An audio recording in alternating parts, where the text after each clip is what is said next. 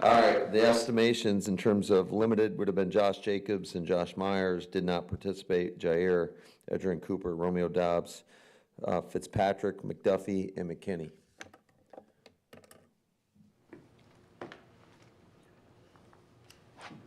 Something wrong with Xavier?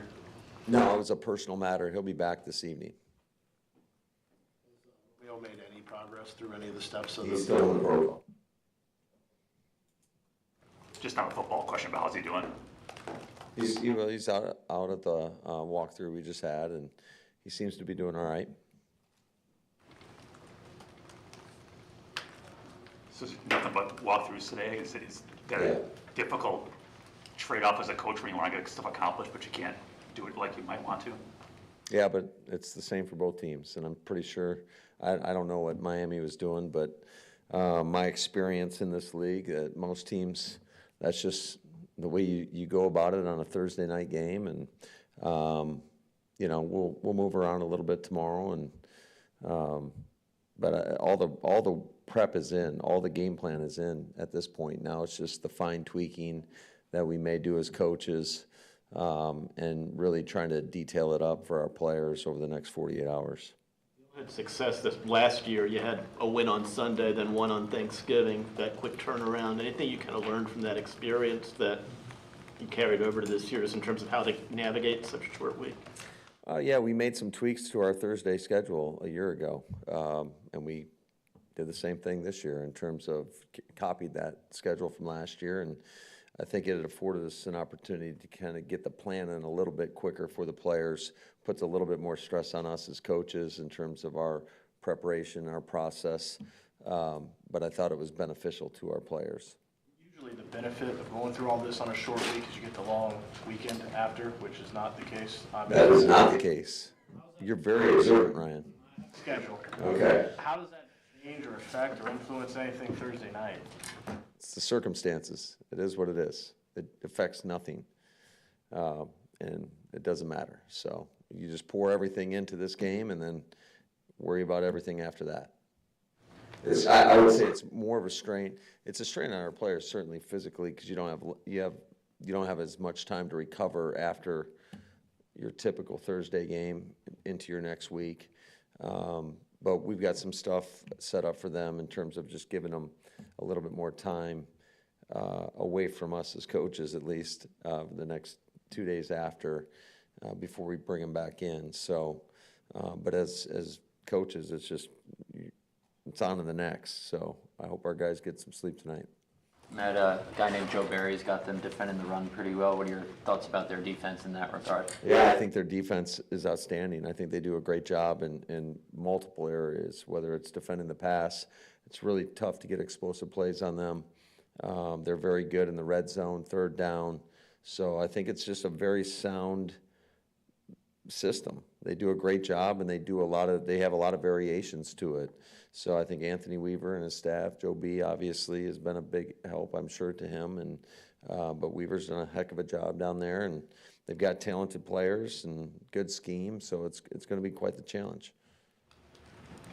Back to the injuries, with McDuffie and Cooper ailing, you got some concern there depth-wise for Thursday, or? Yeah, absolutely.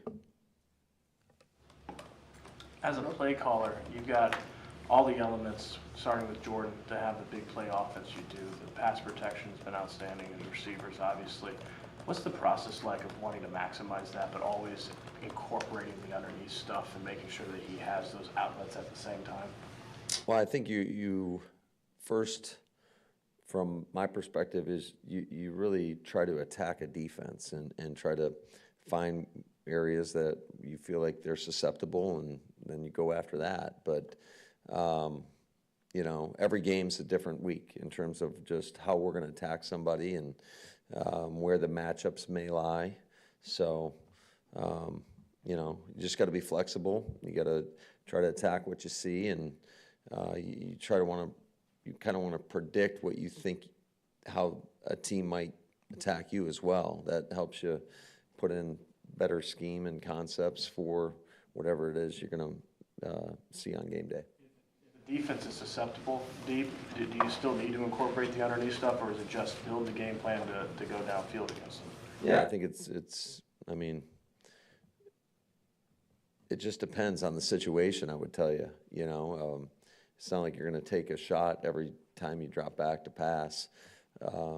You got to make sure that you're trying to stay in favorable situations. So if you're in those get back on track situations, you want to try to get it back down to third and manageable, and that might be slipping in a run as well. So I would just tell you I don't think I have a good answer for you in terms of every moment's a little bit different. He's been playing really well the last couple of weeks. Aside from obviously the health factor, how different a player is he than when y'all last saw him a couple of years ago? Well, I think Tua, he does such a great job of throwing with anticipation. He's as good as it gets in this league. So you got to make sure you try to disrupt the timing somehow, some way, whether it's getting him off the spot, because he will make you pay. If there is just a sliver of light in there, he trusts his wideouts to be in the right spot. He hits his back foot, and that ball gets out of his hands. So it's a great challenge. It really affords his guys, because he's a very accurate thrower as well. So when the ball is coming out as quick as it does with him, and he puts it on the money, it gives those guys an opportunity to run after catch. And we all know the speed that these guys have. It's unlike probably any team in the National Football League. You're running the ball more than you have in previous years. Is that because of Josh Jacobs or a byproduct of having Josh Jacobs and it's working? Well, you always try to do whatever's working, Bill. But I don't know. I think it's all encompassing. It's just how we best feel like we can move the ball at times. It's still got a ton of confidence in our pass game. I'm a quarterback guy by nature, so it can be a struggle at times to not want to drop back all the time. But I think you got to do what you think is best, and you always want to try to, at least me, philosophically, I'd like to stay as balanced as possible. Certainly, some games you're going to run it more. Some games you might have to throw it more.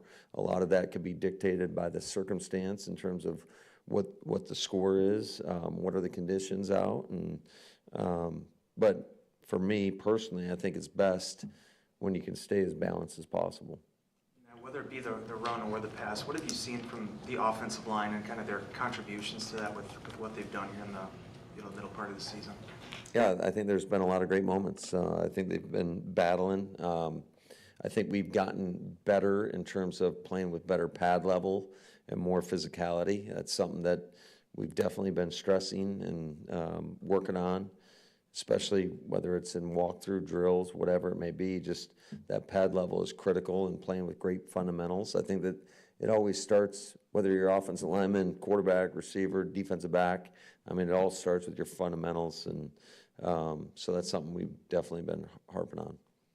So if Cooper and McDuffie can't play, Hopper, I would assume, has to play to some degree. And how ready do you think he is?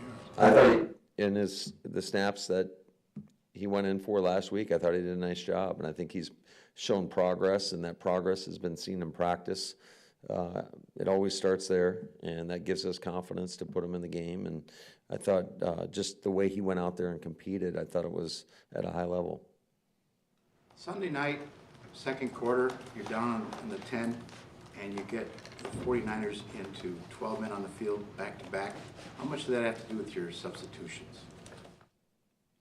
Well, I don't think they were happy about, because I do believe we subbed, and they still allowed us to jump the ball, which is a rarity. So, yeah, it obviously was favorable in that situation. Now, we got to do a better job of getting lined up and having that urgency to get lined up, but it was one of those that doesn't happen very often.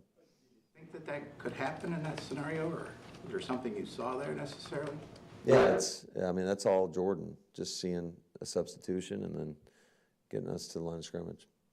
Matt, you said you spent time on the Dolphins during your bye week. I'm wondering how the short week preparation is affected by it being an uncommon opponent.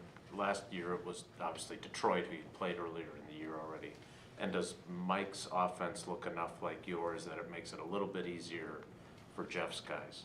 No, I think it can be quite a bit different. So, But I do think that just gave us an opportunity to get ahead because, I mean, time is so valuable and you just don't have a lot of time on these short weeks. And yeah, all our whole staff did.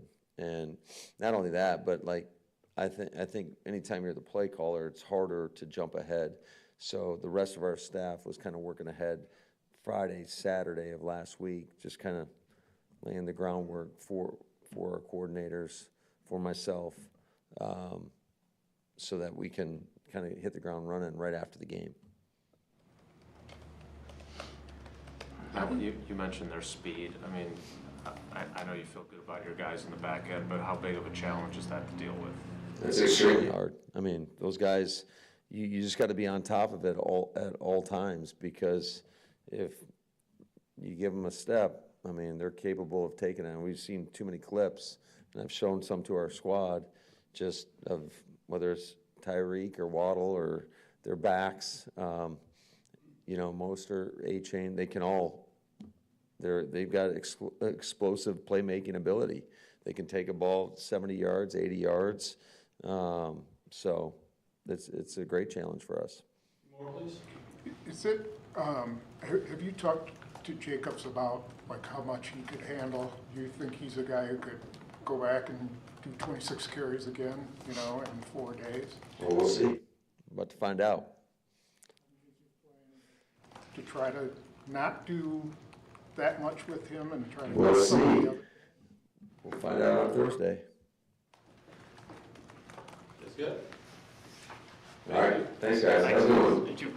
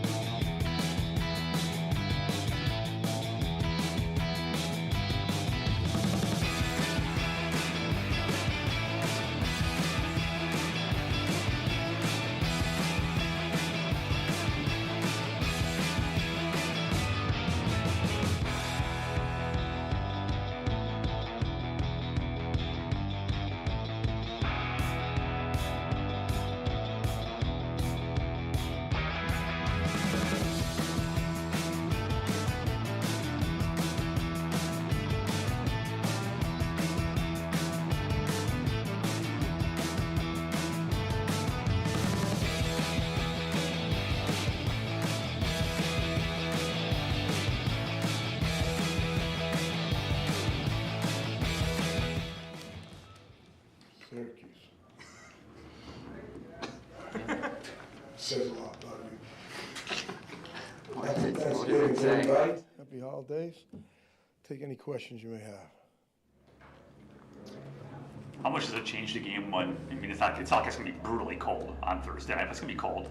How much does it change the game from your perspective, or is it not quite cold enough to have that kind of impact yet? Again, you always have to wait, till game day. The weather's always a factor in the game, whether it's, hot or cold. And then certainly the thing I think we've talked about in here a bunch is what's the wind? What's the direction of the wind?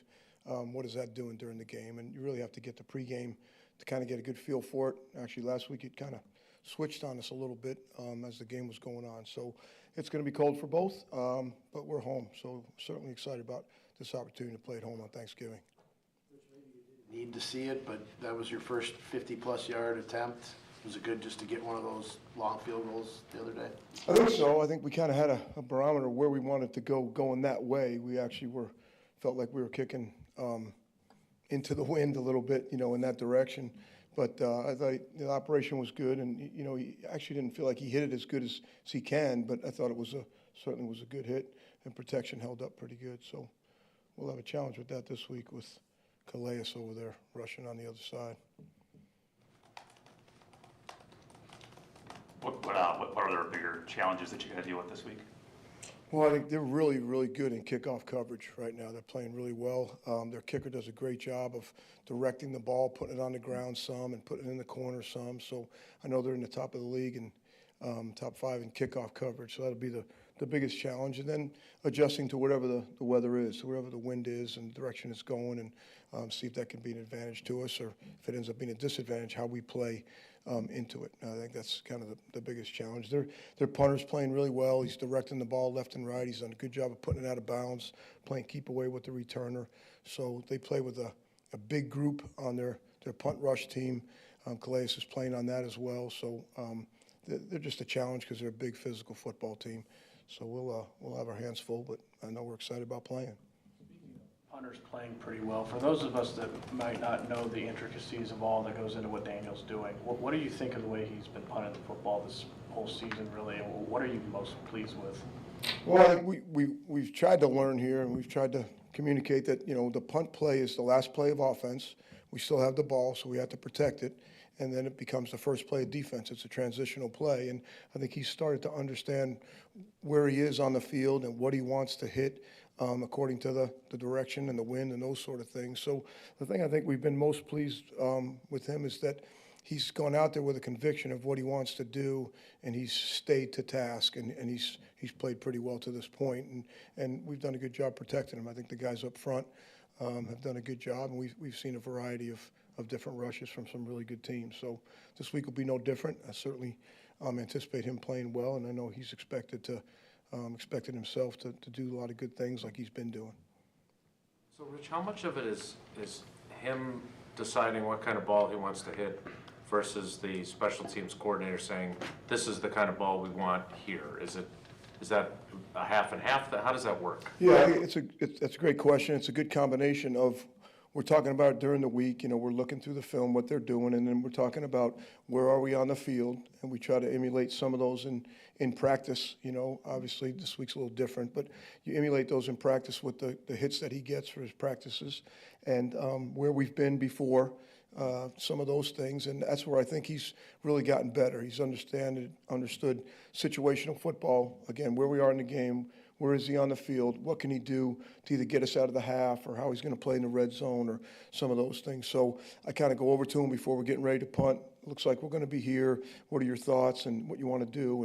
And it's a little quick conversation, but he's done a really good job of knowing what he wants to hit, where he is on the field. And he does it in practice. He's really become a really good practice player and understood a little bit more of how the game is going in order to hit the ball that he wants. So, Rich, I know the long return by Debo was brought back by the holding call, but how much does it concern you that happened?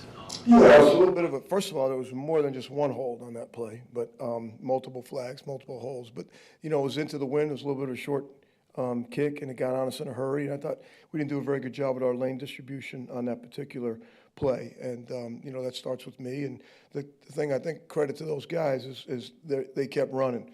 you know, and you saw Valentine make an unbelievable play at the back end, and then Hop came out of there, ended up making the tackle. And so if that would have went, you know, for good, hopefully get our defense out there to put a stop on them. But it's something we've looked at, and hopefully we've got it corrected. Hey, Rich, everybody's got to play on Thursday, so it's not unique, but because of your time in Dallas, Yeah. I don't think there's anybody on the staff who's played as many Thanksgiving games as you have. What's the most important thing that you have to do on a short week to have your team in the best position possible? Yeah, another good, you know, I've been fortunate. I enjoy it. You know, I enjoy playing on Thanksgiving. And, you know, in Dallas, since for some reason you got to play home all the time, you know, and obviously we're home this week. But I think two major things would be their preparation, you know, away from the field. What are they doing in the book? And then rest for those guys, you know, the ability to get enough rest and to get their legs back on a little bit of a shorter time, and you know, the recovery that they're doing in the building or on their own. But I think preparation, you know, from the neck up, and then their ability to get enough rest to feel like they have enough juice to go play on Thursday night.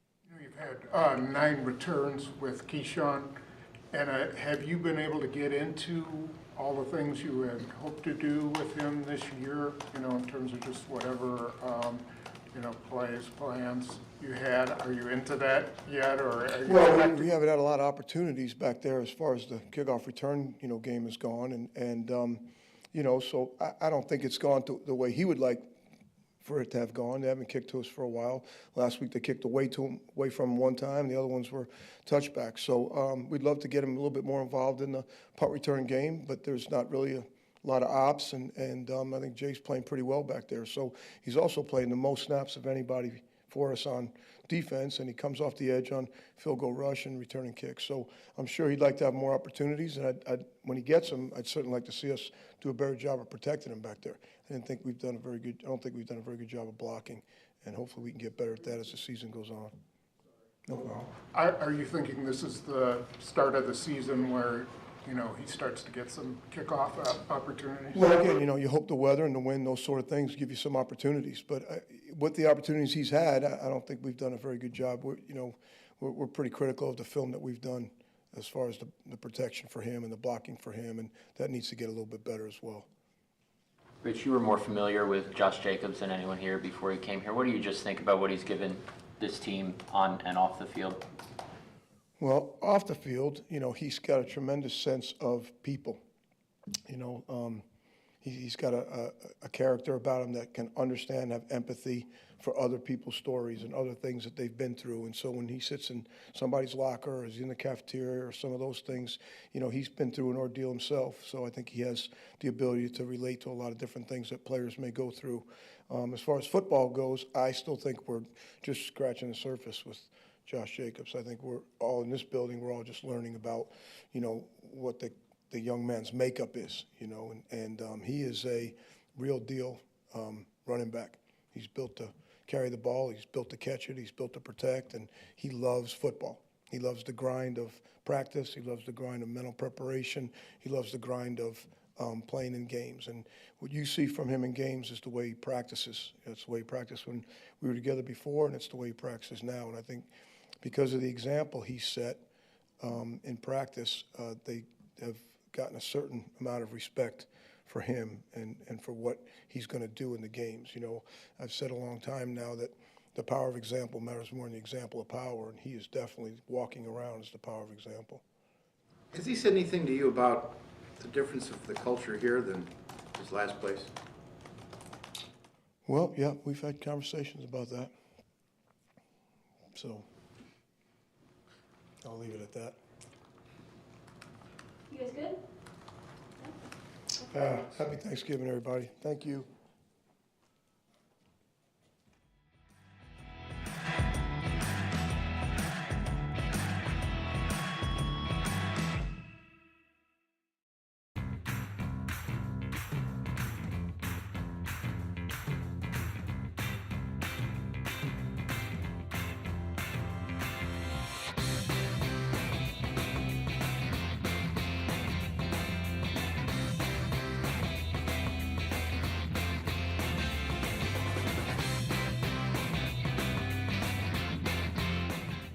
Did you go to Syracuse? I did. All right, I didn't know that. Had some good memories in the Dome. I know. Some bad ones too. All right, guys, what do we got? How do you handle their speed? They're probably faster than anybody else in the league, so how do you get, especially on a short week when you can't practice? Yeah, I mean, they're definitely the fastest group that we've seen so far on tape. You got to do it in a variety of different ways, different coverages, different ways to try to slow them down. I don't want to get into too specific, but it's something that not a lot of people have been able to do. Ultimately, you got to try to keep the ball in front of you. But, you know, hopefully some of the things that we're going to do, some adjustments that we're going to make will allow for that to happen. Maybe get it out a little quicker and throw it a little shorter to get their guys, their speed guys, the ball. It's both. I mean, you'll see him throw the ball down the field and hit some big plays, but then you'll see a lot of catch and run where in rhythm he's throwing the ball, whether it's play action or he's just getting the ball out quick and quick game. He does a really good job with it. He's accurate. Like I said, he really throws the ball in rhythm well, and then he has those guys, when they catch it, you better be on them and you better take great angles, because not all the explosives are what you think, right? Like you're asking, they don't just throw the ball down the field. It could be a slant that goes for 60 or 70, or it could be a screen. They probably throw as many screens as we've seen on film in a variety of different ones. And it's not just the receivers, it's the backs too. So they've done a really good job creating, creating some mismatches, getting the ball in space, and letting their guys kind of catch and run. So they do a really good job with that. Tyreek Hill went off all last year, then he had a big week one this year. He just hasn't been able to duplicate that. Maybe no one could duplicate what he did last year with his video game numbers, but how teams kind of kept him in check this season? Well, I really went back and watched what he's done last year. It's pretty impressive what I see him do this year. I mean, everybody's trying to take him out of the game, and they're still not doing a very good job of it. So we better be on it. We better know where he is, or he could have another one of those games like you're talking about. Talked last week about Hopper, and with the injuries to Cooper and McDuffie, what have you seen from Hopper in practice and in the action he got last Sunday to make you think he can handle it if he needs to do more? Well, this week we've just been walking through, so there's really not much to see there. But I think someone asked the question last week, and they brought up Hopper, and coincidentally, he winds up going in the game and playing a little bit more than he has. Like I said last week, he's done a really good job, whether he's on that look team or whether we put him in on reps, and you can see him getting better, getting more comfortable, being more confident. I thought when he did go in the game, I thought he was physical. I thought he played fast. And I think he took advantage of the opportunity, and if he has that opportunity again, I think we're all confident that he'll be able to do it again. I just think he continues to go like this, and over time, I do believe he'll be a good player for us. Why did he play that first snap of the second half? McDuffie was still in the locker room, so he was in there while McDuffie was running out of the tunnel, so that's why. Nothing more I can give you on that one. That's just the truth. Because I looked and saw the same thing, and I saw McDuffie running out of the tunnel, and then he came out the next play. Out, or was he being checked over? Or? Yeah, he was being looked at in the locker room. Sometimes that happens. It's a quick turnaround, so if anything happens sometimes when you're up on defense right away. But we didn't miss a beat. He went in, and then McDuffie ran out and came back in the game. But that's all I got for you there. Hey Jeff, what did you see on Lucas's sack there, and just how big can that moment be for a young player? And you have it's kind of stepping up in that spot and having an impactful play like that. Yeah, I hope it gives him the confidence that he's been looking for. Kind of went in with power, continued to fight, and did a really nice job finishing on the ball. I thought he played a better game, and I think he'll continue to get better. Hopefully, it's just the confidence, just getting in routine, feeling good about himself, and going out this week and continuing to do so. But we have a ton of confidence in him, and I think he did a really job in the running game. I think our D-line, I think that's about as good as our D-line's played, and I know we all want to talk about sacks and pressures, and I totally get that. But to hold that team to 44 yards rushing, and I know they were missing a guy, but that's an explosive run offense with really good backs. And if you watch our D-linemen, the way they stayed square, the way they used their hands, the way they got off blocks, the way they kind of took the space out of the game, I credit our D-line. They played a really good game. Specifically, it seems his numbers have improved the last few weeks. Just what have you seen from him lately, and what kind of progress has he shown over the course of the season? I think he's getting comfortable, and I'm glad you noticed that, and I appreciate you bringing that up. I think he's playing faster, more comfortable within the scheme maybe. That's probably a better question for him. But I also think some of the other guys have come on, and I think that he's done a good job with that. I think the coaches have done a good job moving him around, trying to put him in good situations. But I can kind of feel him coming now, and that's exciting because we're going to need him too down the stretch, especially with some of these games coming up. Back to Van Ness for a second. You guys have talked this year and they talked last year about possibly using him as an inside rusher too. And I'm thinking we really haven't seen that yet. Is that something still to come, or is there a reason why you prefer to keep him on the outside for now? Yeah, we've worked quite a few other guys on the inside if you've seen lately. You know, Carl's been in there a bunch, Kobe's been in there some, and then you got some other guys in there. We've moved them around on early downs, just not as much right now on those pass rush situations. So that's something that could be coming up pretty soon. What did you see from Quay Walker in his performance on Sunday? Yeah, I thought Quay played his best game, and you know, which I was really proud of him, and it was really cool to see because I think if you ask Quay the week before, I think he would tell you he didn't play his best game, right? And I thought the way he responded and the way he practiced, and just in practice, it was like he was on a mission last week, and then he went out and he played like that. He was fast, he was getting downhill, he tackled well. He played with great fundamentals. He was using his hands. He had a couple TFLs, you know, on the ball, on those tosses that they were trying to get out on the perimeter like the Bears did the week before. I mean, he was just getting there and beating people to the punch, and he was knocking guys back, and he was setting the edge. I mean, he was really good in pass coverage. I think if you ask him, he probably should have intercepted that ball. I don't know. I think that's the best game that he's played. I mean, at least since we've been together, and I hope he can build off of that. But again, I think the coolest part is how he responded. I mean, it says a lot about him, and I was really proud of him. So is it a concerted effort from you as a play caller to get him that pressure on the opening drive, just to not get his confidence back, but to get him rolling a little bit through the A-gap there on the first drive? On the third down? It was a call we really liked, and we felt confident when we watched him do it in practice against our offense. I mean, it looked really good a couple times we ran it, so that was just kind of circled as the one I wanted to get in a certain situation, down distance and field zone, and it just so happened it came up, and we felt confident in it. But the reason we felt confident is because of how good he executed in practice. I mean, it wasn't so much the call, it was how well he ran it, and he's really good at stuff like that. So, and maybe, you know what, maybe that got him going early on, and he just got that confidence going, which sometimes people need, and it just continued. And I thought like I said, I thought he played his best game. Jeff, what was your process during, Matt was telling us that you guys during the bye week tried to get a jump on this game because of the short week and them being a uncommon opponent. So what was your process like? And it doesn't sound like there's as much carryover from Mike McDaniel's offense to Matt's. So how big of a challenge is it to get ready for this group? Yeah, these weeks are challenging, and that's a good question because I don't know if most people know how much goes into getting ready for somebody when today was like Thursday and Friday, and yesterday was like Tuesday and Wednesday. I mean, let alone it being hard for us, for our players. You know, those are the ones who a lot of times, I asked a couple guys today how they were feeling because usually they don't start feeling good until Wednesday because what they just went through in the game. So you got to give them a ton of credit and respect for preparing the way they are, trying to recover, get a game plan in when I feel like we played the 49ers, I mean, a day ago. But for us, I mean, during the bye week, what I did was I took the first 2 days, and me personally, I can't speak for everybody, I watched a lot of the Dolphins film, and I kind of took my notes, and I got preliminary thoughts, and I made the cut-ups that I would normally start to make on a Monday, right? And I kind of came up with preliminary thoughts, first, second, third down, and wrote them down, and then truthfully, I put them away.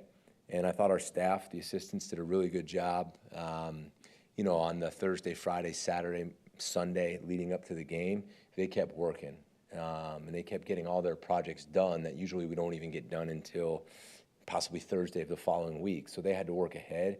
It's just really hard, for me at least, and again, I can't speak for anyone else who's calling a game. It'd be really hard for me to start looking back at Miami when we're trying to defend the 49ers. Imagine studying for a test all week, and then a day before the test, you start studying a different subject. And I mean, that would have I can't do that. So I'll give credit to the assistants for all the work that they did to prepare it. So then when we came in, really right after the game, I mean, we just kept working. And they were ready to roll, and then I kind of got back into it. But it was the bye week that we did take the time to do that. So is what Miami shows similar to what Matt has done, what Kyle has done, or do you just look at them and say, I'm just focused on what they are right now?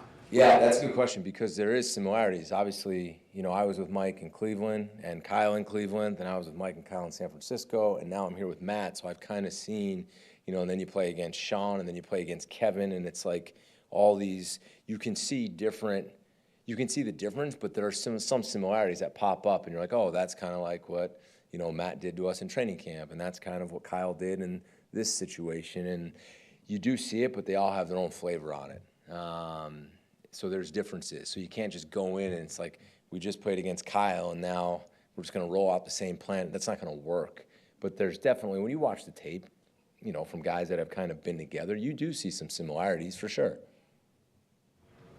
Hey, Jeff, since we enjoyed our back and forth last week so much, I'm curious, how much of a building block, I understand they were missing some pieces, but how much of a building block is what you did as a unit against the 49ers, because you weren't thrilled with how you and your guys had been against the Bears. So how big was that to bounce back and play the way you did, and how much of a building block is it? Yeah, no, and I appreciate the question. And I feel like with you guys, though, that, you guys are great. I was joking, right? You guys can come at me whenever, I get your job. So first of all, I do respect your jobs. I respect all of your questions. But I'm not like a facetious type of guy. I'm positive. I got good energy, and I want to be around that. And there are times when, we didn't play well. And that's what I try to finish with. But what I saw when I watched the Bears tape, and after I talked to you guys, what I saw and we talked about as a staff after we watched the Bears tape, we were in position, maybe as good as we've been all year within our scheme, to make a ton of plays. And for some reason or not, we didn't do it. And we didn't. We couldn't get off the field on third down. We weren't sending the ball back inside. And what the beauty of it was, and you guys said this, we were able to correct that hard off of a win, which doesn't always happen, right? And this game, we were in the positions, and the guys went out and they executed, and they made the plays. They did. It's the first third down, instead of losing our rush lanes and missing a sack, we got them down, and we almost got the ball out. It's 4th and 2 in this game, and X comes out and he bats the ball down in a crucial situation of the game. It's another 4th down where Evan Williams does the same thing. So we're 3 of 10 on third down this week, and they're 0 for 2 on 4th down. That's the complete opposite. So the credit goes for the players because they went out and they executed, and they played really well. And on the tosses a week ago where the ball's getting out because our angle is bad, like you guys asked last week, now we're setting the edge and forcing a really good back inside, and the players are making the plays. So what it is it's exciting to see that they know what they're doing and they can go execute it. And that probably was a great feeling at the end of the game, and I thought the assistants did a great job because that's I don't care who was playing, and I get it. I know who wasn't playing. I'm not going to sit here and tell you that, I'm not. They're good players, but at the same time, that scheme, the players they still had, and that coach were very hard to defend. So I give credit to the guys on the team. I thought you were going to ask me, how'd you give up that touchdown to Kittle? That's how I thought you were going to start. That's what I was waiting for. I knew someone was, how do we give up the touchdown to Kittle? I thought that would be the only question I got asked about the game. I'm just joking. Interesting play. Do you tell your guys, shade to the guy who they want to get the ball to? In that situation, right, you don't want, Kittle's going to get the ball, right? Yeah. Is that the learning point there, the teaching point there? Well, I'll just be brutally honest with you. There's some calls you make, and you're doubling their best players, period. The one we were in, there should have been a player exactly where he caught the ball, and it was a mistake. And maybe I should have called the other one, right, because it didn't work. But that was just a mistake that they scored on. And he's a really good player. And, it's like you leave that guy that wide open in the end zone, and it's something probably didn't go right. And I'm not blaming the player because clearly we didn't coach it well enough to get it done. But that's all that happened there. Should have 3 guys on him. In a pickle there, right? It was not Quay. Quay was in the right spot. But no more digging on who should have been there. Anybody else? Hey, you guys good? All right, thanks, guys. I'll see you soon. How was our energy today? You were way better.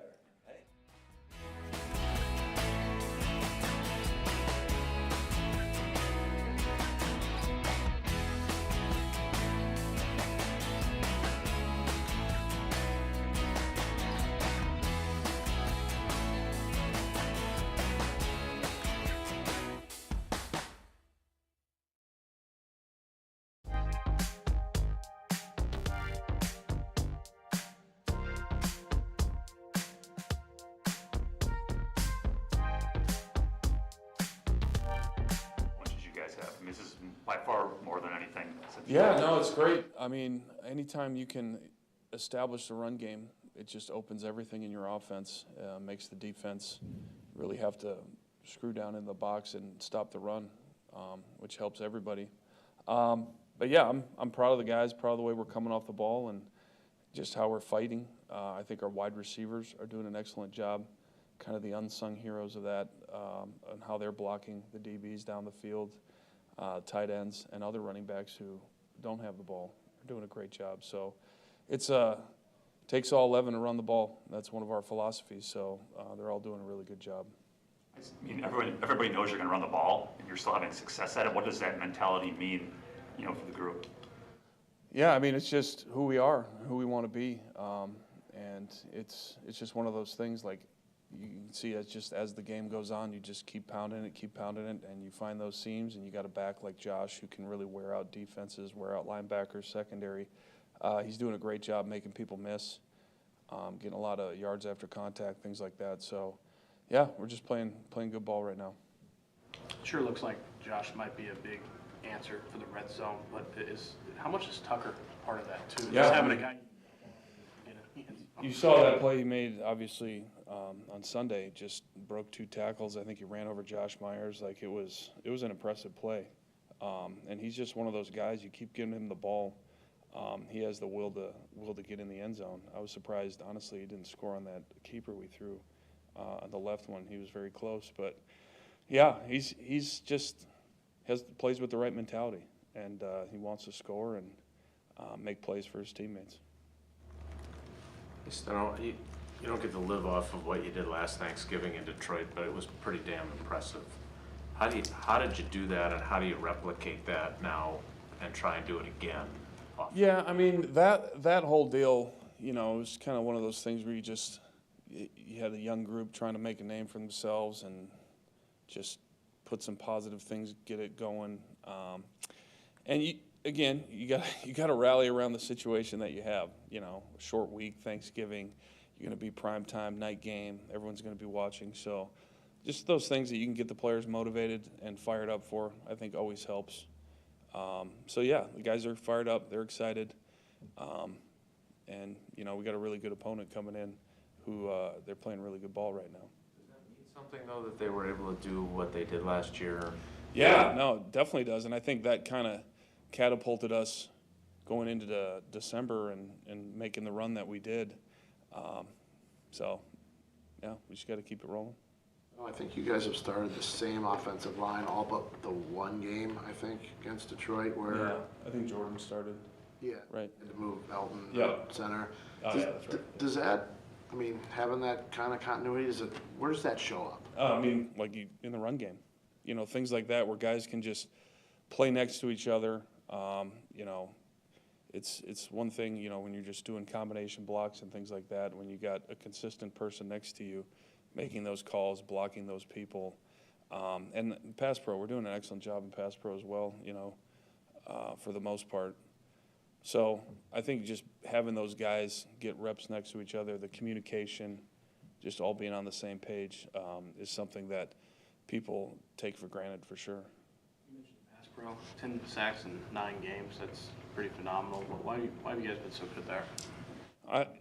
It's a combination. I think, you know, the schemes, Jordan's doing a good job reading defenses, get rid of the ball. He's making plays with his legs too, you know, getting out of trouble. But again, our offensive line, I think, is doing a great job. Backs are doing an excellent job in blitz pickup. You've seen Brooks and Josh and Emmanuel step up in there and take on linebackers and DBs and stuff like that. So, yeah, I think it's holistically just our offense is doing a good job with everything. How have you seen Sean Ryan kind of settle into that right guard spot too? You know, especially without having Jordan right now. As the season's been progressing, he's just getting better and better. You know, he's still got things to work on fundamentally, but he just seems more comfortable, more confident. In the run game, he's doing a really good job finishing his blocks and just being physical at the point of attack. So yeah, it's been fun to watch. Josh Myers was saying he hates night games because he gets bored during the day. You're about to have 4, maybe 5 in a row, depending on the flexing. Yeah. Do coaches like night games? No. Noon. Every game should be played at noon. That's what I believe. Toe meets leather at high noon. But yeah, it's just one of those things. It's fun, you know. The atmospheres are usually pretty electric. Lambeau, obviously, this last game, even at 3:30, you could just tell the atmosphere was just that much better. The later you get, obviously, into the night, people enjoy a few more Miller Lights and spotted cows and stuff like that. So, yeah, it's cool. It's a good problem to have. What do you do all day? Yeah. A lot of times you kind of get going on the next opponent. That's kind of how I spend my time, just watching the next opponent, just to, you know, keep my mind off what's going to happen later. Just because the work's done at that point? Yeah. You don't want to overtake it? Exactly, yeah, you just don't. You already have it pretty much all set, and you don't want to mess it up, overthink things, you know, that can definitely happen. Instead of going back to Rob's question, if you want to knock on the podium, you can, but I feel like we talked to you a lot of times about how challenging it was at the opposite end of the spectrum. Like there was one year where I think you had 9 starting lines in the first 10 games or something like that. How, just for perspective, how challenging is that, and what does that stunt the growth of the line with when you're doing that? Yeah, it definitely stunts the growth, but it also gives other people in the depth, you know, the opportunity to step in and get some playing time, which in the long run, you know, can be useful. So I guess if there's a silver lining to that, you know, it's just getting more guys playing time. But yeah, again, it's just guys being on the same page, quarterback being on the same page with the O-line, you know, just everyone just having that trust in each other. So it's very hard, you know, to replicate all that when you haven't been out there playing together. Those are just things that just happen over time as you keep playing together. As a receiver, as a pass catcher, how have you seen Malik Heath develop in his second season? Yeah, he's done a really good job. You know, Malik's always had really good hands. So big thing this offseason was just him working on his routes, working on his drop steps and all that stuff, just being violent when he catches the ball. And he's made some great plays in practice. And he's just one of those guys that's just been kind of biding his time and waiting for his opportunity. And, you know, we'll see this Thursday, see him out there in a little bigger role probably. Talk about his touchdown the other night, because that checks off a box for you, right? Yeah, absolutely. You know, anytime you can get a one-on-one opportunity in the end zone and come down with the ball like that, that's impressive, and he did a great job. Did a great job setting the route up, coming down with his strong hands, getting his feet in. So, yeah, it was fun to watch.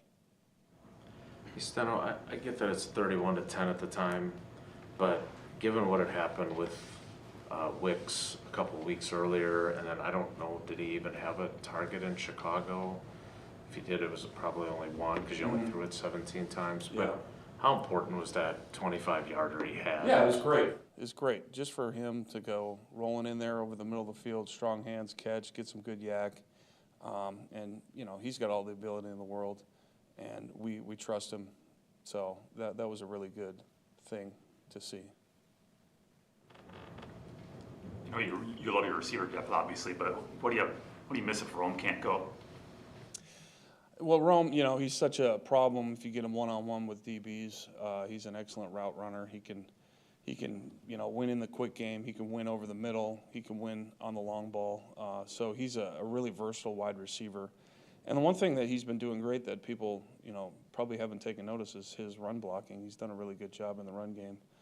So he's becoming, you know, just a total wideout for us and doing a good job.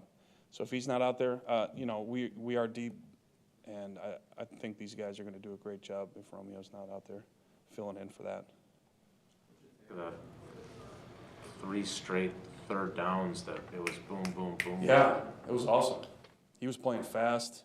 you know, just coming off the rock, just strong hands, attacking. Yeah, it was really cool to see.